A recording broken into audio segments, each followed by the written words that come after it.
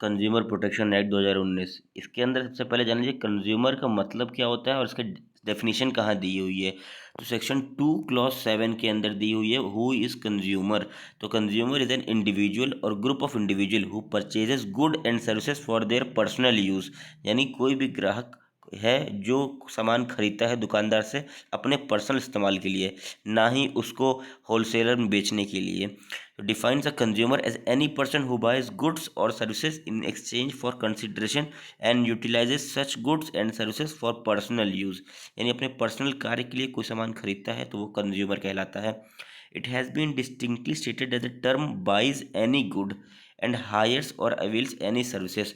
यानी कोई भी सामान किसी भी दुकानदार से खरीदता है या कोई भी सर्विस लेता है उसे कंज्यूमर कहेंगे, जो कि सेक्शन 2 क्लॉज 7 अच्छे से डिफाइन करता है। वहीं अगर इंट्रोडक्शन देखें तो consumer protection is the practice of safeguarding buyers.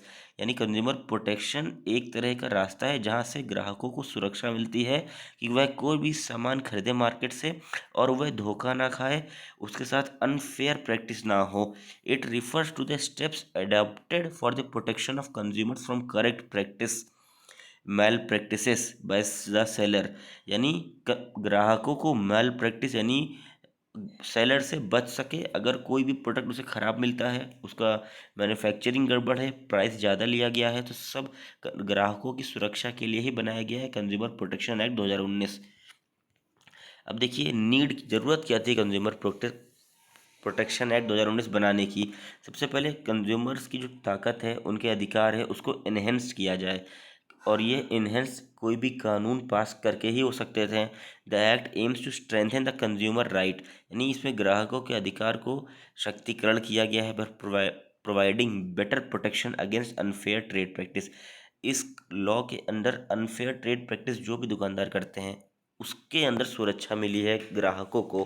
तो यानी अगर कुछ भी गड़बड़ी होती है उनके साथ सामान खरीदने में, डिफेक्ट मिलता है, प्राइस उससे अनफेयर लिया जाता है, तो वह कंज्यूमर प्रोटेक्शन के अंदर जाके अपना राइट्स को अवेल कर सकते हैं।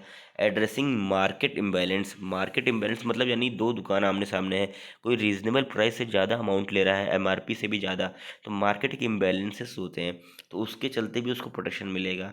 ग्राहक जाके कंप्लेन कर सकता है। Regulating e commerce. आजकल ऑनलाइन शॉपिंग बहुत हो रही है, तो अगर कोई ऑनलाइन शॉपिंग करता है उसको बिल मिलता है, बट वो जब वो प्रोडक्ट आता है तो प्रोडक्ट के अंदर कुछ और होता है, आजकल साबुन होता है।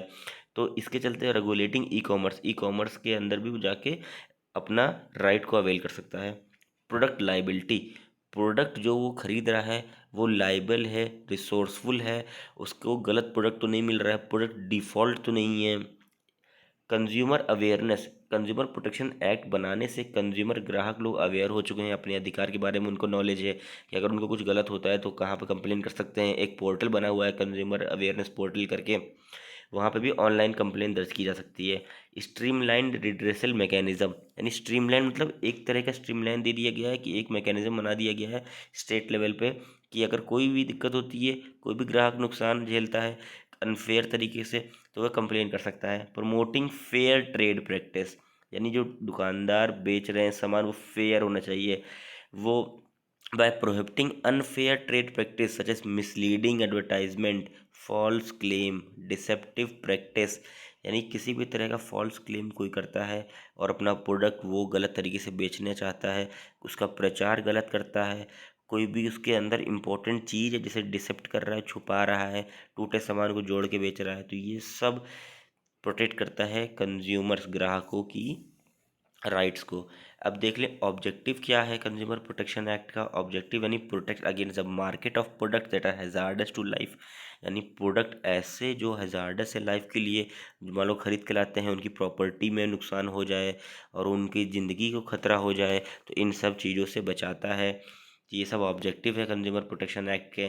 Inform about the quality, potency, quality, purity. यानी सामान की प्योरिटी कैसी है, सामान मजबूत है या नहीं, यानी टूटा सामान तो नहीं मिल गया है, price of goods unfair price तो नहीं लिया जा रहा है। ये सब ऑब्जेक्टिव्स हैं, यानी ग्राहकों की ये सब अधिकार हैं। अगर कुछ भी गलत इनके साथ हो रहा है तो इनका ये जाके वहाँ पे निवारण करा सकते हैं।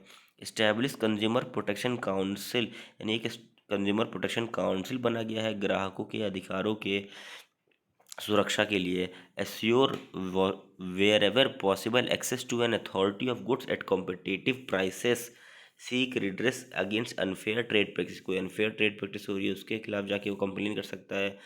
Protect the consumer by appointing authorities, lay down penalties for offences, यानी कोई भी पेनल्टी पड़ सकती है दुकानदारों को अगर कुछ ऐसा काम करते हैं। उनको जेल का भी प्रावधान है इसमें, उनको जेल भी हो सकती है, उनका लाइसेंस भी सीज हो सकता है। Providing consumer education so that the consumers are able to aware of their rights, यानी कंज्यूमर को अपने अधिकारों को बारे में पता रहेगा। इस जो पोर्टल है, इस वेबसाइट है, इस पे सारी लिखे हुए हैं, तो कोई भी ग्राहक है वो बेवकूफ़ नहीं बन सकता है। What are unfair trade practice. अब अनफेयर ट्रेड प्रैक्टिस कहते किसको है, सबसे बड़ा सवाल आया। तो इसका सवाल सेक्शन 2 क्लॉज 47 के अंदर दिया हुआ है कि अनफेयर ट्रेड प्रैक्टिस कहते किसको हैं। यानी अगर कोई भी सामान पुराना है, टूटा हुआ है, प्रोवाइडिंग डिफेक्टिव सर्विसेज, कोई डिफेक्टिव सर्विस आप उसको दे रहे हैं, तो ये अनफेयर ट्रेड प्रैक्टिस हुआ। कोई आप शॉपिंग करने गए, आपको बिल्स नहीं दे रहा है, वो कैश पूरा ले रहा है, अनफेयर ट्रेड प्रैक्टिस हुआ। Reusing to take refusing to take back goods, यानी आपको सामान आपने ख़रीदा है उसको वापस करने जा रहे हो, वापस लेने को तैयार नहीं है। अब बार बार वहाँ पे बोल रहे हैं, मॉल में, शॉपिंग मॉल में, स्टोर पे, वापस लेने को तैयार नहीं है। आपको रिफ़ंड नहीं दे रहा है अमाउंट आपका, अगर रिफ़ंड की पॉलिसी है तो ये सब अनफेयर ट्रेड प्रैक्टिस है। डिस्पोज, आपकी जो पर्सनल इन्फॉर्मेशन है, आजकल मॉल्स में आपके आधार, आपका फ़ोन नंबर ये लोग मांगते हैं, उस फ़ोन नंबर को इन लोगों ने लीक कर दिया, या कोई आपकी जो पर्सनल इन्फॉर्मेशन है, फ़ोटो है, उसको कहीं अपलोड कर दिया आपके बिना कंसेंट के, तो ये सब अनफेयर ट्रेड प्रैक्टिस है।